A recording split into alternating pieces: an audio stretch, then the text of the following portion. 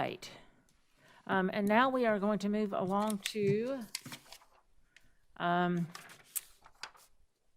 reports and action items from executive session.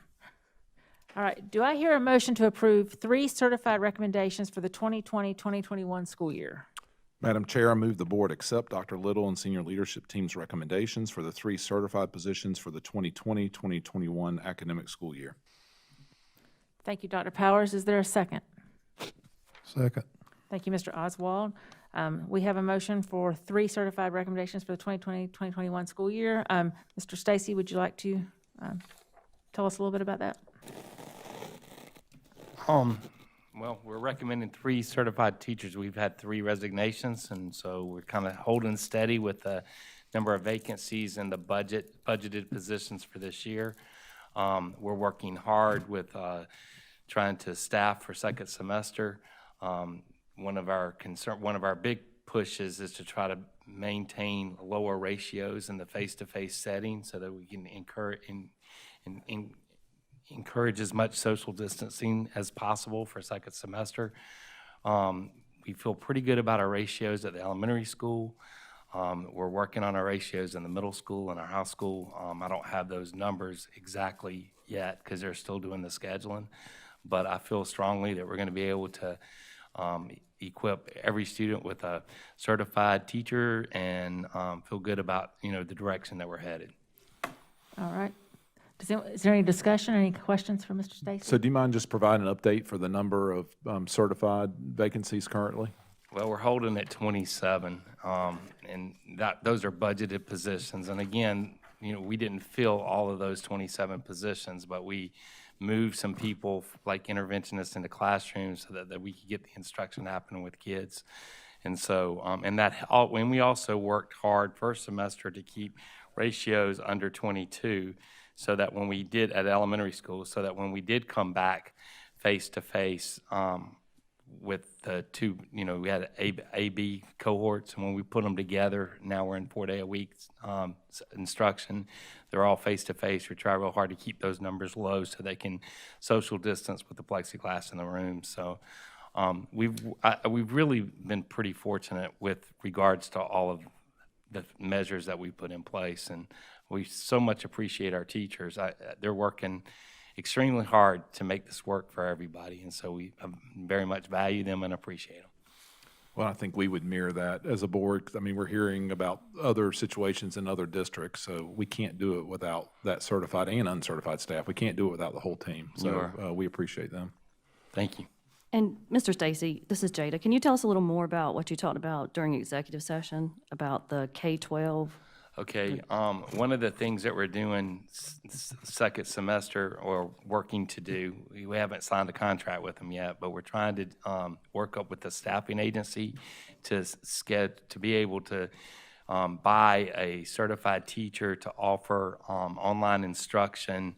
It's synchronous teaching, so the teacher will be in the classroom via Zoom, and we'll offer instruction in content areas. We'll have to hire a classroom coach for those positions, for those classrooms, so that we have somebody in there managing the students and working with them if there's technical issues, et cetera. But it's a pretty cool kind of way to offer instruction and ensure that we can provide instruction for all our kids and also help us maintain some of those lower ratios. Typically we staff middle schools at 26-1. And so we're trying really hard not to have many sections of greater than 26. I'm not going to say there's not going to be one, because sometimes when we get in accelerated sections and they're somewhat isolated, it's hard to get them through. But we're trying to use every resource possible to be able to offer instruction with our kids at lower ratios. And these are certified teachers. K-12, when we talk with them, they hire probably 10% of the teachers that they interview. So they're very familiar with what they do. We're meeting with them tomorrow to talk about what our needs are. And I can give you some numbers, but don't hold me to them because it changes like every 5 minutes. But right now it looks like we're going to do about 22 courses in middle school, 22 sections across the middle school. The primary place that we're going to do this is in middle school, because that's where we got hit the hardest.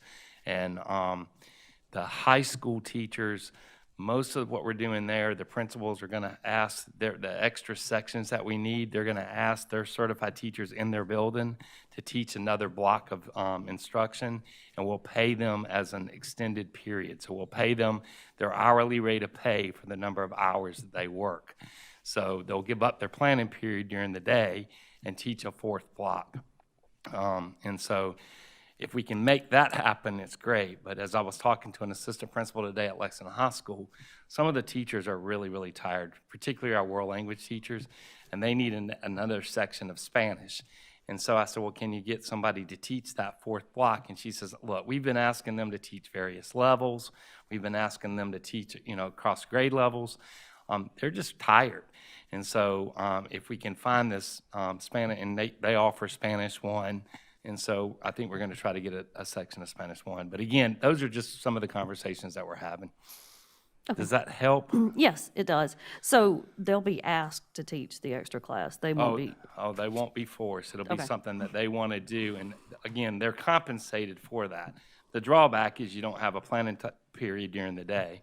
So, but we've done that before, but it just seems like we're doing that more this semester coming up than we've done in the past. Okay, thank you. No, I promise you, we will not mandate they have to do something. Anyone else? Any more discussion?